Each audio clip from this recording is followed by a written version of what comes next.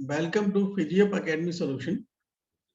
Question में हमसे कहा जा रहा है consider a system of two particle having masses m1 and m2 if the particle of mass m1 is pushed toward the center of mass of particle through a distance d, by what distance would the particle of mass m2 move so as to keep the center of mass of the particle at the original position itself। Question हमसे देखो कह रहे हैं कि दो particle है हमारे पास जिनके मासेस m1 और m2। ये हमने m1 मास मान लिया और ये m2 मास, m2 और ये m1। दोनों का सेंटर ऑफ मास लेट यहां पर है।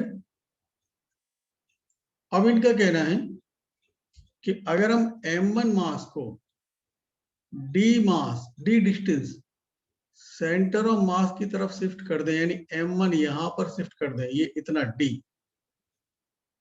तो इनका कहना है m2 मास है वो कितना शिफ्ट हो जाए।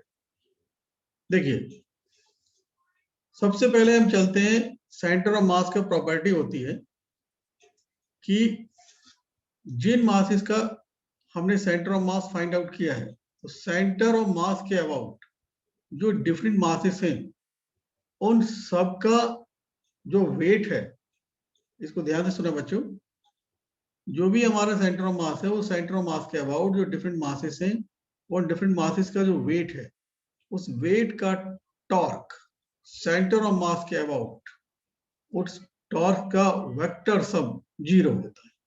Once again I am repeating, different masses का जो वेट है उन सभी वेट्स का हम सेंटर ऑफ मास के अबाउट टॉर्क निकाल लें, उस टॉर्क का वेक्टर सम 0 के इक्वल होता है। क्योंकि हमारे इस न्यूमेरिकल में we are given only 2 masses, तो इनका वेट हो जाएगा इसका m1g और इसका m2g। मान लिया कि इनिशियली m1 का डिस्टेंस x है और सेंटर ऑफ मास से, और m2 का डिस्टेंस y है, तो टॉर्क आएगा, m1 का टॉर्क होगा m1gx किसके अबाउट, सेंटर ऑफ मास के अबाउट, और m2 का टॉर्क होगा m2gy।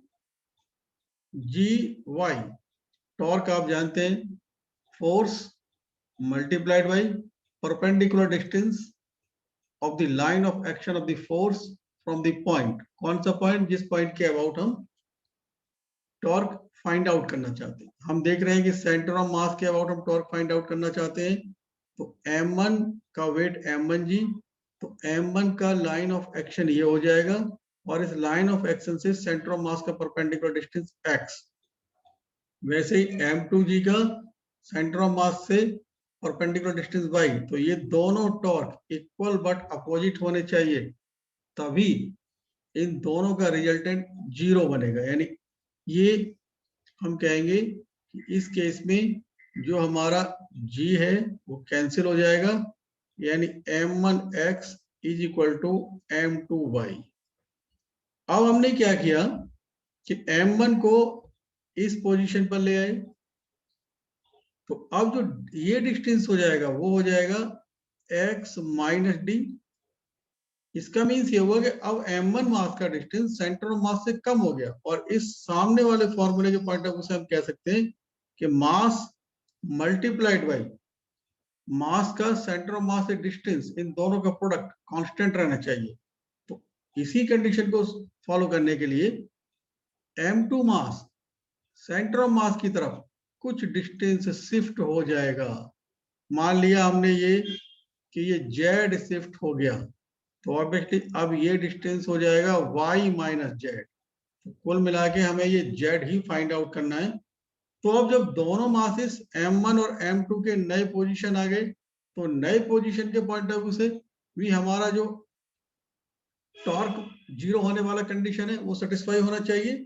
यानी न्यू पोजीशंस में हमारा आएगा m1 और g और ये x minus D is equal to m2g और y माइनस जेड। g से g कैंसिल आउट हो गया, m1 का अंदर मल्टीप्लाई करते हैं तो ये आएगा m1x minus m1d equal to m2y minus m2z, इस इक्वेशन 1 के पॉइंट ऑफ व्यू से हम m1x और m2y को कैंसिल कर सकते हैं। तो हमारे पास आया माइनस का m1d is equal to minus का m2z, minus minus cancel out, यानी z आ गया m1 अपॉन m2d। मीन्स अगर m1 मास सेंटर मास की तरफ d डिस्टेंस शिफ्ट होता है तो m2 मास को सेंटर ऑफ मास की तरफ m1 upon m2 multiplied by d distance shift होना पड़ेगा, तभी जो हमारा सेंटर ऑफ मास है वो ओरिजिनल पोजीशन पर रहेगा, यानी आंसर आ गया B. Thank you. I hope कि सॉल्यूशन आपको पसंद आया होगा। Thank you very much.